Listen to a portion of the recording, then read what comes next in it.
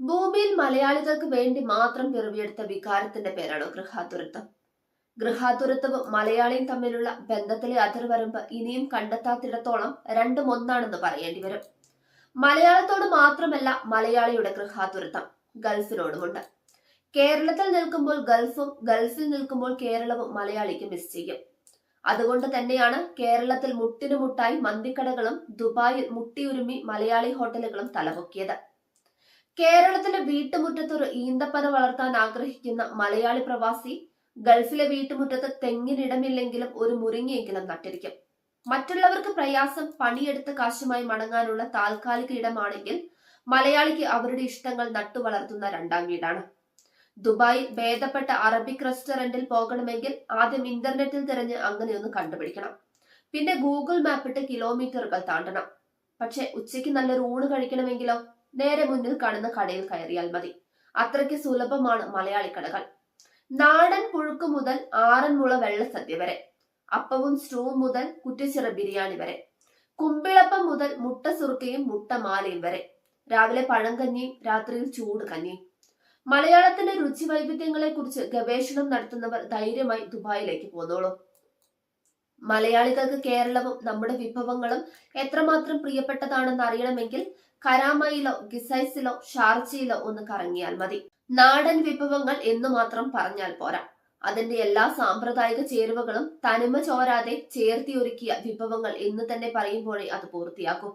ആവി പറക്കുന്ന പുട്ടിനൊപ്പം ചെറുപയറും പപ്പടവും പഴവും, അത് പോരാത്തവർക്ക് ഇറച്ചിക്കറിയും മുട്ട റോസ്റ്റും, ഇഡലിക്ക് സാമ്പാറും ചമ്മന്തിയും, അപ്പത്തിന് സ്റ്റൂ. മലയാളിയുടെ ദേശീയ ഭക്ഷണമായ പൊറോട്ട തന്നെ രാവിലെ വേണമെങ്കിൽ അതും റെഡി. പൊറോട്ടയുടെ കൂടെ ബീഫ് കറി, മീൻ കറി, ചിക്കൻ കറി ഉൾപ്പെടെ വിഭവങ്ങളൊക്കെ രാവിലെ തന്നെ തയ്യാർ. പ്രഭാത ഭക്ഷണത്തിനൊപ്പം ഏത്തപ്പഴം പുഴുങ്ങിയതും പഴം പൊരിയും കിട്ടും. പഴംപൊരി എന്ന് പറഞ്ഞാൽ നാടൻ ഏത്തപ്പഴം നന്നായി പഴുത്തു പാകമായത് പൊരിച്ചെടുക്കുന്നത് തന്നെ. ഇത് പോരെന്ന് തോന്നിയാൽ ഉഴുന്നുവട, ഉന്നക്കായ, ഏലാഞ്ചി, ചട്ടിപ്പത്തിരി, കട്ട്ലറ്റ്, ഓംലെറ്റ് തുടങ്ങിയ ഇടക്കടികളുമുണ്ട്. ഇപ്പോൾ ചൂട് കാലമായതിനാൽ മലയാളിയുടെ ജീവൻ ടോൺ എന്നറിയപ്പെടുന്ന പഴങ്കഞ്ഞിയും രംഗപ്രവേശനം ചെയ്തിട്ടുണ്ട്. തലേ ദിവസത്തെ കഞ്ഞിയിൽ തൈരും ചെറിയുള്ളിയും കാന്താരിമുളകും ചേർത്ത് കുടംപുളിയിട്ട് വെച്ച മീനിന്റെ ചാറും ചമ്മന്തിയും ഉണക്കമീൻ വറുത്തതും ഇട്ടൊരു പിടിപിടിക്കാം. ഉച്ചയാകുന്നതോടെ കല്യാണപ്പുരിയുടെ മണമാണ് ഇവിടെ. ഗംഭീര ബിരിയാണിയുടെയും ദം പൊട്ടിക്കുന്ന മണം, അയലയും ഐക്കൂറിയും മാന്തളും ഒക്കെ പൊരിക്കുന്ന മണം, തേങ്ങയരച്ച മീൻകറി, മുളകിട്ട മീൻകറി, അടുപ്പിൽ ആവി പൊന്തിക്കുന്ന മണം, ബീഫ് കറിയിലേക്ക് കറിവേപ്പില പതിക്കുമ്പോഴുള്ള സുഗന്ധം, അവിയലും തോരനും സാമ്പാറും ഒരുങ്ങുന്ന കലവറകൾ നമ്മുടെ തലച്ചോറിനെ രുചിയുടെ മത്ത് പിടിപ്പിക്കും. നാട്ടിൽ ഓണത്തിനും കല്യാണത്തിനുമാണ് വാഴയില വെട്ടുന്നതെങ്കിൽ ഇവിടെ അങ്ങനെയല്ല. തൂച്ചുനിലയിൽ മാത്രമേ നമ്മൾ ചോറുണ്ണൂ. എന്തിന് ബിരിയാണി കഴിക്കണമെങ്കിലും വേണം വാഴയില. ഉച്ചയൂണെന്ന് പറഞ്ഞാൽ മിനി സദ്യയാണ്.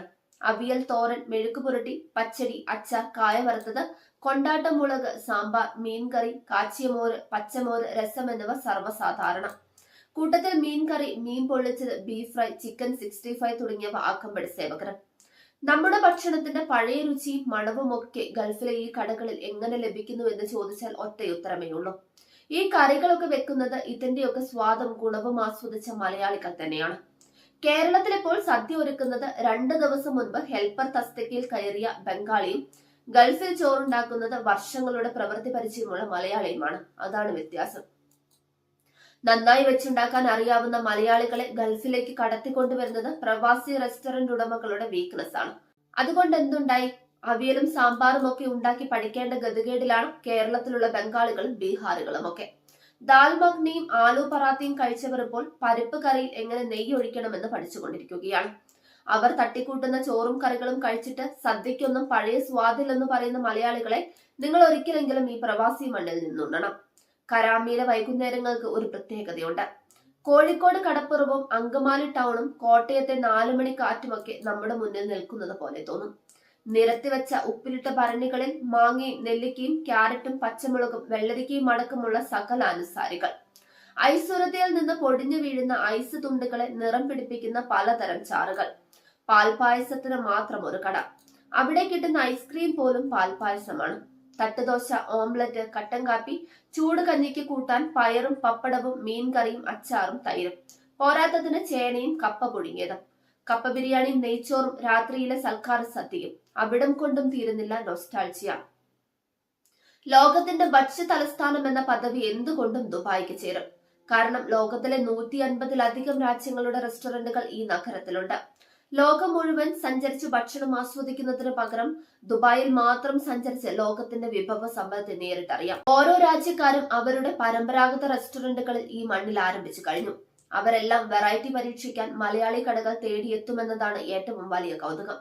നല്ല ചൂടുള്ള അടിച്ച പൊറോട്ടയ്ക്ക് വേണ്ടി കാത്തിരിക്കുന്ന, പൊറോട്ട രുചിയോടെ ബീഫ് കറിയിൽ ഡിപ്പ് ചെയ്ത് കഴിക്കുന്ന അറബികളെ നിങ്ങൾക്ക് മറ്റെവിടെയും കാണാൻ കഴിയില്ല. മസാല ദോശ കത്തി ഉപയോഗിച്ച് കട്ട് ചെയ്ത് ഫോർക്കിൽ കുത്തി ചമ്മന്തിയിൽ മുക്കി കഴിക്കുന്ന ജപ്പാൻകാരെയും ഇവിടെ കാണാം. അതേ ഭക്ഷണം കൊണ്ട് നമ്മൾ ഇവരെയെല്ലാം മലയാളികളാക്കി കഴിഞ്ഞു. ഏതു വലിയ അതിർവരമ്പുകളും രുചിയുടെ മുന്നിൽ അലിഞ്ഞില്ലാതാകുന്ന മാതൃകാ സ്ഥാനമാണിത്.